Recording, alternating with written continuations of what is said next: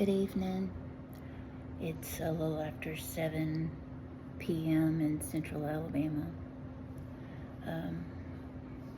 I laid down for a little bit and rested, and I got up.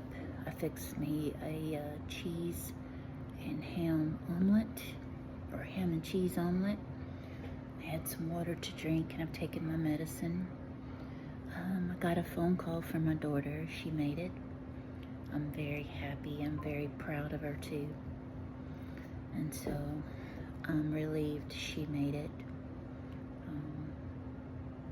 And I pray that everything goes well Monday, beginning with her orientation and whenever she starts her regular shift, which she'll be working night shift. I haven't been feeling very well today. And this week I've been faced with a lot of, I wouldn't say a lot, but I have had quite a bit of swelling. Basically in my lower extremities. And it may be collecting other places because when I get on the scale, from the last time I've weighed, I've gained at least a good 5 to 8 pounds, fluctuating throughout this week. So it tells me that it may be pocketing other places, but I know it is in my lower legs, or at least on my left side, at least. I do have autoimmune issues, and I see a rheumatologist. I'm now seeing one in Montgomery instead of in Hoover, Alabama. I've been diagnosed with Sjogrens syndrome, and also have been diagnosed with psoriatic arthritis. I do not have any psoriasis, however, but I have lately had a lot of fatigue, and it's the kind of fatigue I've been reading up on where you feel like you've been climbing a steep hill, and when you're really just walking on level ground, and that's what it makes you feel like. It says that with this type of fatigue, it may resolve once the underlying organic condition is diagnosed and treated, which I do take Rinvoq for a medication. I was taking a biologic injection, but now I'm taking a pill. But that pill or tablet that I take daily may be affecting my liver. I also have thyroid issues, and I've had a little issue with anemia, and these are both common with having Sjogrens as a patient. But many other kinds of fatigue may be superimposed. So you wonder what Sjogrens is. Well, there's no cure for it, but it occurs when the immune system attacks glands and epithelial tissues, and it drives this condition. Well, it's what drives this condition on how to stop. It's very unclear at this moment. There's no cure for the disease, Sjogrens, but people with the condition, they take treatments to manage their symptoms. For some people, it affects them worse than others. So, with Sjogrens, some people have issues with moisture secreting, like your saliva, your mucous membranes, in your eyes, and it can result in dryness, or wherever the body naturally super lubricates. Even your skin. I do have dry skin, and this morning I woke up with, I don't know if you want to call it, but right in here I have a sty. It's very sore.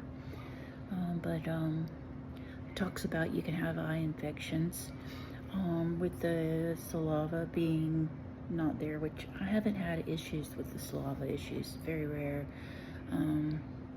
You can have possibly tooth decay, and with your nose especially, you can have nosebleeds. I have not had nosebleeds. I don't have any tooth decay that I'm aware of, but I do on the left side have problems occasionally when I chew, that I hit a sensitive area and it's like something, a bolt of shock is going into that side of the mouth, so I try to chew on my right side. I have had a little issue with my eyes at times. They'll be bloodshot, and occasionally they do feel dry. I guess with the eyes, I mainly have a gritty, like a burning feeling sensation. I have the dryness of the skin.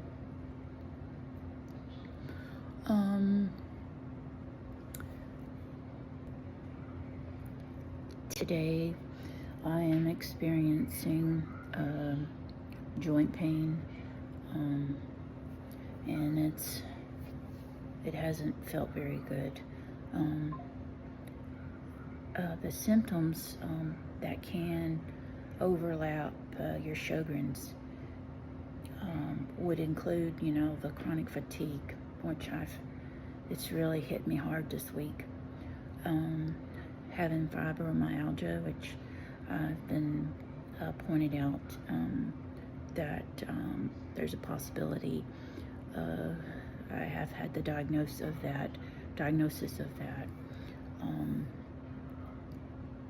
And all this is determined, for me, it was determined by blood work.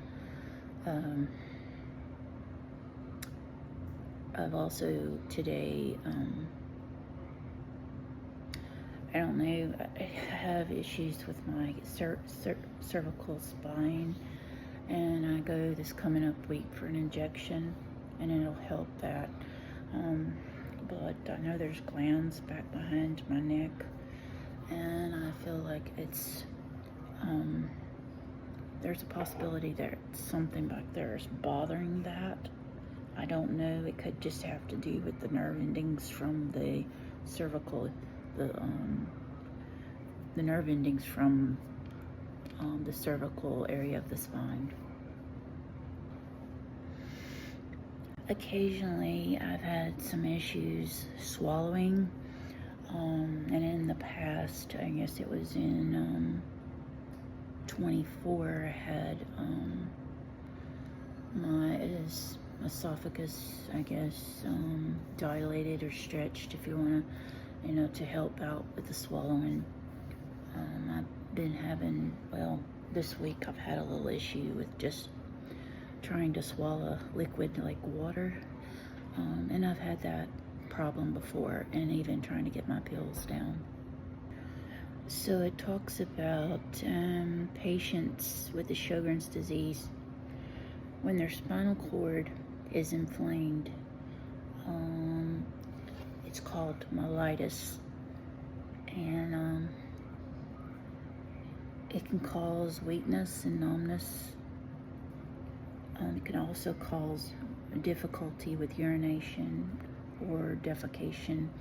I really haven't had, the only issue I've had is numbness coming from my neck, could possibly have inflammation in that area, and it's causing pressure on a nerve that runs down my arm into my thumb, and my thumb begins to become numb. And in the past, when I had been under a lot of stress, which I don't have that issue as much anymore, it's been associated with increased inflammation and immune dysfunction.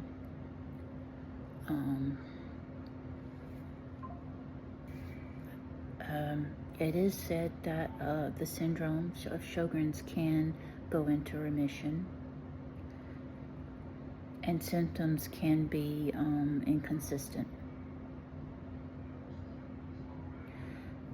Some experience severe symptoms at times. I would say mine's been moderate, not so, I don't know what severe would feel like, but I would say moderate. And then other times it's mild. So in diagnosing Sjogren's with lab work, it is said that your total protein level may be elevated. I don't think I really had any issues with my protein level that I'm aware of, reflecting the increase of antibody levels in your blood.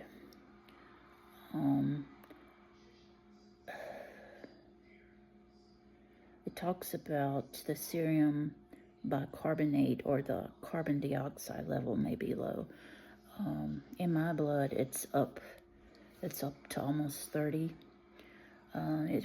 So reflecting a disorder of the kidney that may occur in Sjogren's disease, known as renal tubular acidosis, which I haven't had that. Well, with Sjogren's, it affects you differently for different people, different strokes for different folks, I guess. It can impact all parts of the body, including the nervous system. Definitely brain fog. I have like a short-term issue. I do better with long-term remembering. You also will be, like I say, I have had problems with headaches this week, especially on my right side of my head. I haven't been having issues with them up until recently. You can be having some neuropathy, and I have that as well. So you need to find strategies for managing the nervous system the area that it impacts. So Sjogren's is in the family of lupus. It's like a sister that I was told by my rheumatologist. But generally people with Sjogren's syndrome, they have less severe disease process than those with lupus. But there are some exceptions. This is although that the blood test detects the ANA antibodies, which mine has been elevated. The ANA antibodies is the most sensitive marker for lupus, and people with the Sjogren's syndrome will more commonly have the anti-SSA and the anti-SSB antibodies. So as far as it being progressive, there is no one single progression of the disease. There is no one single progression of the disease, and this can make it challenging for patients and their physicians. It is a systematic disease. It affects the entire body, and symptoms may remain steady or worsen over time. I know in 2003, in some parts of 2024, I was taking a lot of steroids. The steroids were to help me with the severe joint pain that I was having all over. I wouldn't say it was a short course of it either, because I was taking it for months, and I had to take it because I wasn't staying well, and when I wasn't staying well, I wasn't allowed to take my biologic, because when you're sick, you're not allowed to take such medication, nor am I allowed to take my my Rinvoq when I'm sick, because with your with you having issues with your immune system, and you having you are with your immune system being low, you are more where you can catch other things. So you don't need to take that medicine while you're sick. Don't start taking it until you get when you are better, when you are well, I would say. And definitely don't be taking it when you are you've got fever. That means you do have an infection. I haven't taken steroid. Well, I do take steroids for my adrenal glands, but I have to take them because without them, my adrenal glands do not work. So I take two medicines every day for that, and they are steroids.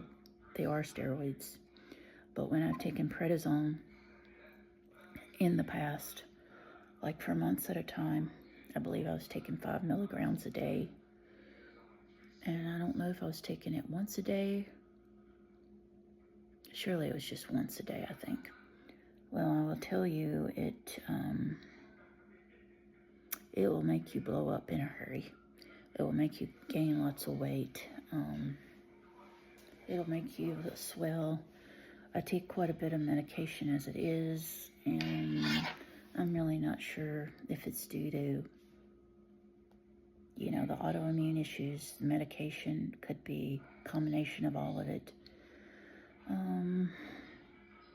But these are some of the things I face trying to manage the symptoms.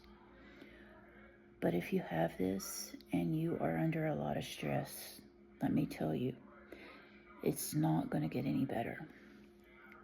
You need to be out of stress as much as possible. And at the time I was going through and was having the most difficulty was when I was under a lot of stress. Going through relationship issues, home life during those times, and it affected me at work as well, and my ability to perform, I do believe. I know with Sjogrens it talks a lot about your diet, because what you intake as far as eating will affect your joints. So you have to watch what you eat.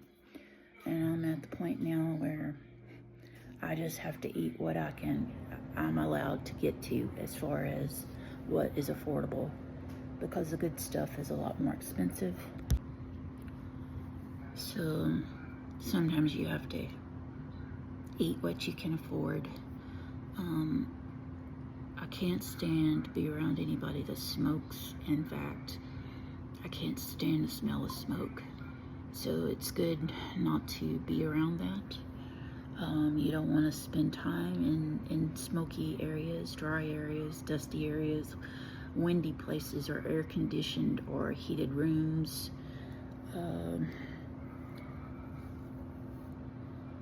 It says not to take a bath with soap, where it makes your skin dry, and that might be what one of my issues is. But I have recently got me some Dove soap, which has a lot of moisture in it, so I've been using that. Perfumed products in and around your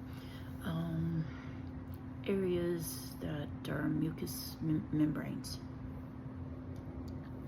It talks about not eating sugary substance, salty substance, acidic foods and drinks, like your tomatoes or your citrus fruits or fizzy drinks.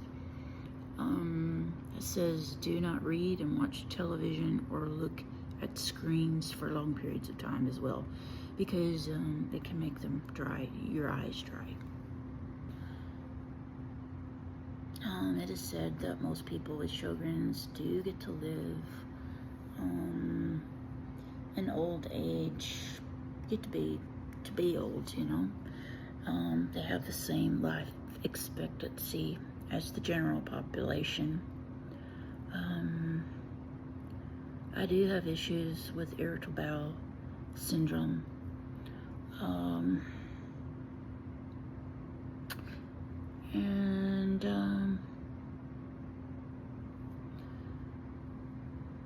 The only thing that I fear, and I don't want to fear this, and I'm not speaking this over me, that some people can have cancer of the lymph glands, which is very rare, and that's non-Hodgkin lymphoma. It's not really clear why the Sjogrens syndrome happens. It can be related to certain genes, linked to certain genes. It can be related to certain hormones, or it could be triggered by a viral or a bacterial infection. And more women get it than men, meaning the Sjogrens is what I mean. So ending here, mainly when you're having these issues, it is good to get in touch with your internal medicine doctor, your general practitioner. They will run a lot of tests, but if all those tests come back, you know, mine did run a ANA, which was showing that there's some issues with inflammation, and that most likely it was autoimmune, and that's why my internal medicine doctor, I was referred out to a rheumatologist, and a rheumatologist will do a lot further